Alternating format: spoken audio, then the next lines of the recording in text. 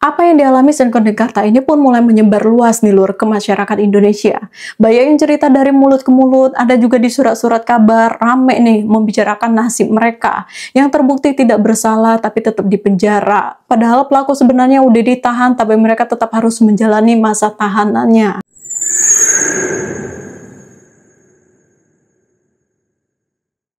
Hai lur, welcome back to my channel and thanks for clicking on this video. Gimana kabar kalian lur? Semoga kalian selalu dalam keadaan baik ya. Kalaupun lagi nggak baik, semoga semuanya segera membaik. Amin. Nah, kalian tahu kasus Vina kan ya? Yang mana kasus tersebut sedang dalam proses sidang peninjauan kembali karena kuat dugaan penyidik telah melakukan penyiksaan juga pengakuan paksa saat mengusut kasus tersebut di tahun 2016 lalu. Nah, ternyata lur, jauh sebelum kejadian kasus Vina ini, tepatnya di tahun 1974, sudah pernah ada cerita yang gak kalah memilukan yang menjadi korban dari peradilan Indonesia yang dianggap lebih mementingkan pengakuan daripada pembuktian dalam penetapan tersangka, yaitu kasus Senkon dan Karta. Nah, kasus Senkon dan Karta ini juga dianggap sebagai korban dari peradilan sesat Indonesia, lur. Selain itu, kasihannya mereka ini saat itu ketika mereka sudah terbukti tidak bersalah dan pelaku sebenarnya sudah dihukum, mereka ini tetap di penjara, nggak dibebaskan. Nah, gimana cerita lengkapnya? Langsung aja kita masuk ke pembahasannya. Cus, kita bahas. Kasus ini berawal dari peristiwa tragis yang menghebohkan desa Bojongsari, Bekasi pada tahun 1974, lur. Di mana pasangan suami istri yaitu Sulaiman dan Siti Haya ditemukan tewas mengenaskan setelah menjadi korban perampokan dan pembunuhan. Nah, beberapa hari kemudian lur, polisi menangkap dua pria yaitu Senkon dan Karta yang juga berasal dari desa tersebut. Nah, penangkapan Senkon dan Karta ini lur benar-benar bikin kaget semua pihak, nggak cuma keluarga mereka tapi juga warga setempat. Karena sepengenalan mereka, pribadi dari Senkon dan Karta ini bukanlah orang yang dikenal kayak peminum atau punya tindak tanduk kriminal atau pernah neko-neko, enggak lur. Jadi mereka dikenal sebagai ya warga biasa yang kesehariannya bertani dan hidup ala kadarnya. Jadi nggak pernah ada dikenal sebagai pernah berbuat ini, pernah mukul orang atau apa-apa.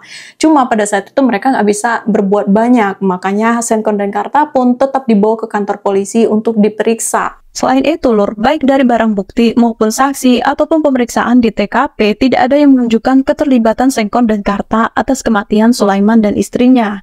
Jadi mereka ini benar-benar ditetapkan sebagai tersangka cuma berdasarkan pengakuan yang diperoleh melalui penyiksaan. Sebenarnya dari awal mereka dibawa ke kantor polisi, diinterogasi sampai menjalani segala macam tahap pemeriksaan. Baik Senkon dan Karta ini tidak pernah mengakui lur kalau mereka tahu sesuatu apalagi terlibat dalam pembunuhan Sulaiman dan istrinya. Tapi ketika mereka bilang, "Pak, kami nggak tahu apa-apa, Pak, beneran kami nggak terlibat." Mereka dipukul, disiksa, di segala macem lah. Kalau kalian mau tahu bayangannya kayak mana keterangan para saksi di kasus Vina Cirebon, gitulah gambaran kejamnya penyidik kalau minta pengakuan secara paksa lur. Nah, karena udah nggak tahan sama segala macam siksaan yang dilakukan oleh penyidik saat itu, akhirnya Senkon dan Karta ini pun nyerah, udah nggak kuat badan mereka nahan sakit siksaan tersebut. Jadi mereka tanda tangani lah itu BAP yang disodorkan oleh pihak kepolisian. Dan semenjak itulah mereka ditetapkan sebagai tersangka utama perampokan dan pembunuhan terhadap Sulaiman dan istrinya. Disodorkanlah tuh mereka dibawa ke pengadilan untuk dipersidangkan. Dalam persidangan kasus ini lur, Hakim Jurneti Sutrisno lebih mempercayai kesaksian dan laporan polisi daripada bantahan yang diberikan oleh Senkon dan Karta. Tanpa mempertimbangkan lebih dalam fakta-fakta yang ada atau kondisi pengakuan yang didapatkan, Hakim memutuskan hukuman berat bagi kedua terdakwa. Tepatnya pada Oktober 1977, Senkon dijatuhi hukuman 12 tahun penjara, sedangkan Karta mendapat hukuman 7 tahun penjara. Nah, keputusan ini kemudian diperkuat oleh Pengadilan Tinggi Jawa Barat, walaupun banyak kejanggalan besar di dalam penyidikan kasus tersebut. Senkon dan Karta juga mengalami penderitaan yang sangat berat lur selama mereka di penjara. Menurut dugaan nih ya, mereka dipukuli oleh aparat selama proses penahanan. Ditambah lagi, kondisi yang mereka alami di penjara bukan hanya soal hukuman fisik, tapi juga kesehatan yang semakin memburuk. Senkon yang awalnya sehat terserang penyakit TBC di penjara Cipinang. Itulah yang kemudian memperburuk kondisi kesehatannya. Jadi mereka ini nggak cuma berjuang untuk melawan ketidakadilan atas tuduhan yang tidak pernah mereka lakukan, Lur, tapi juga melawan sakit yang mereka alami ketika di penjara, juga siksaan yang masih juga mereka dapatkan saat mereka di penjara. Setelah beberapa tahun di penjara, Lur, mereka ketemu sama Genol, yaitu keponakannya Senkon yang dipenjara karena kasus pencurian. Nah, disinilah Genul membuka rahasia bahwa dialah sebenarnya pembunuh Sulaiman dan Siti Haya. Dikatakan bahwa saat malam kejadian, Genul bersama salah satu temannya mencongkel pintu belakang rumah Sulaiman dan Siti Haya. Tapi ketika mereka masuk ke rumah, mereka nih kaget karena ngelihat Sulaiman dan Siti Haya udah bangun. Nah, karena panik, mereka pun langsung memukul dan membacok tubuh Sulaiman dan istrinya secara bertubi-tubi. Menurut gambaran jaksa saat itu, Lur, tubuh Sulaiman dan Siti Haya dipenuhi dengan luka dan memar. Nah, berdasarkan hasil visum, Sulaiman mengalami luka memar di 15 tempat, sedangkan Siti Haya di 12 tempat. Salah satu lokasi serius yang dialami Sulaiman adalah putusnya pergelangan tangan Sulaiman. Atas perbuatan mereka, jaksa menuntut mereka dengan pasal pembunuhan berencana, pasal pembunuhan dengan sengaja, pasal menganiaya berat hingga korban tewas, serta pasal pencurian dengan kekerasan sampai mengakibatkan hilangnya nyawa orang lain. Dalam kasus ini, Lur, kalung emas serta uang senilai 20.000 dibawa kabur oleh para pelaku saat perampokan tersebut terjadi. Ya, tidak lain adalah Gunel dan teman-temannya. Nah, hingga akhirnya pada Oktober 1980, Gunel divonis 12 tahun penjara atas pembunuhan dan perampokan terhadap Sulaiman dan istrinya. Tapi, Lur, walaupun Genul sudah divonis bersalah atas pembunuhan Sulaiman dan Siti Haya, Senkon dan Karta tetap menjalani hukuman penjara. Karena di persidangan sebelumnya mereka tidak mengajukan banding terhadap vonis yang dijatuhkan.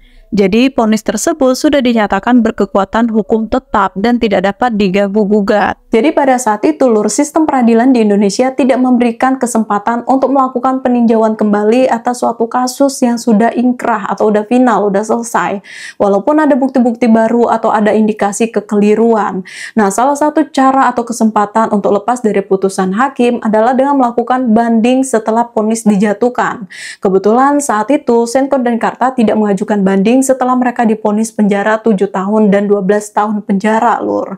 Jadi karena itulah mereka ini nggak bisa dibebaskan gitu aja, ibaratnya kebenturlah sama hukum peradilan, sama peraturan peradilan di Indonesia saat itu. Apa yang dialami Senkon dan Karta ini pun mulai menyebar luas nih, Lur, ke masyarakat Indonesia.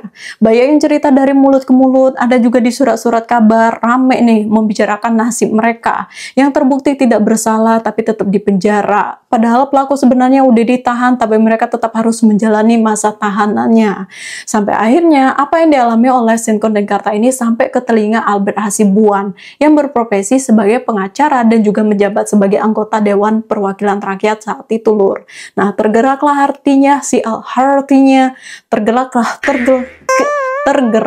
hatinya Albert Hasibuan ini untuk memperjuangkan keadilan bagi Senkon dan Karta, Lur. Berkat bantuan Albert Hasibuan, Lur, Senkon dan Karta mengajukan upaya hukum luar biasa berupa peninjauan kembali atau PK ke Mahkamah Agung. Sebuah langkah hukum yang sebelumnya tidak dikenal dalam sistem peradilan Indonesia.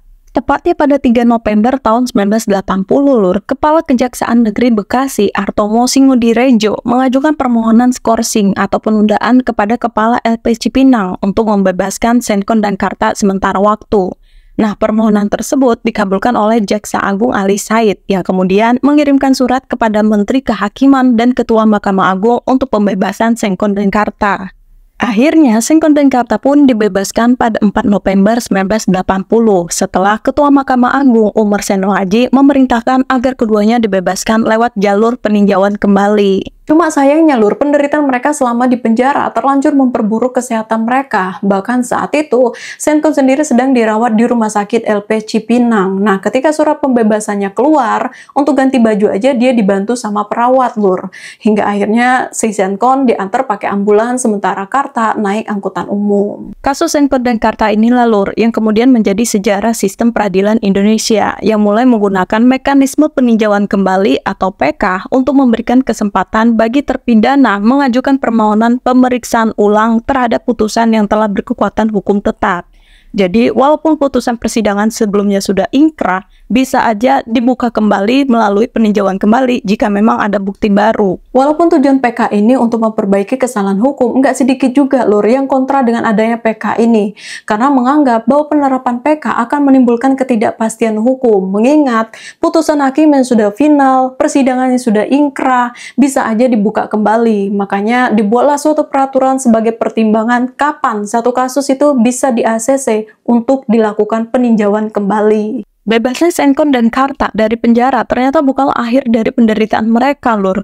Karta harus menemui kenyataan pahit karena keluarganya kocar-kacir entah kemana, entah di mana. Juga rumah dan tanah mereka yang seluas 6.000 meter persegi di Desa Cakung, Payangan, Bekasi telah amblas untuk membiayai perkaranya. Sementara Senkon harus dirawat di rumah sakit karena tuberkulosisnya makin parah. Sedangkan tanah yang selama ini dia andalkan untuk menghidupi keluarga juga sudah ludes dijual. Ya karena istrinya menjual tanah tersebut untuk menghidupi anak-anaknya dan membiayai Senkon saat diproses di polisi dan pengadilan. Nah, walaupun Senkon ini punya tanggungan seorang istri dan 3 anak, dia ini udah nggak bisa ngapa-ngapain lagi, udah nggak bisa beraktivitas sebagai petani seperti sebelum dia di penjara, lur. Karena sakit TBC yang dia dapatkan dari penjara udah benar-benar bikin dia nggak bisa ngapa-ngapain. Bahkan untuk beraktivitas sehari-hari aja dia ini mesti dibantu sama istri dan anaknya. Sebenarnya pada saat itu, melalui pengacaranya, Senkon dan Karta ini sudah mengajukan gugatan ke pengadilan negeri dan menuntut ganti rugi sebesar 100 juta rupiah, lur. Ya karena mereka udah banyak banget nih kerugian material dan non-material atas kejadian salah tangkap tersebut.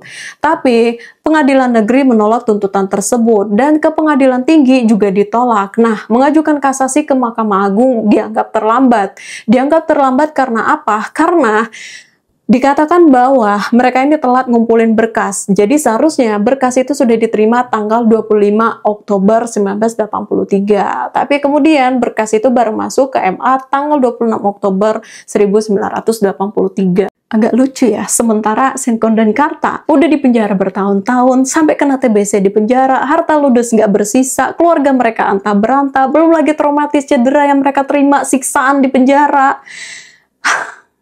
Gila, aku aja ngap nyebutin semua penderitaan mereka, dan mereka sama sekali nggak dapat kompensasi ganti rugi sepeser pun.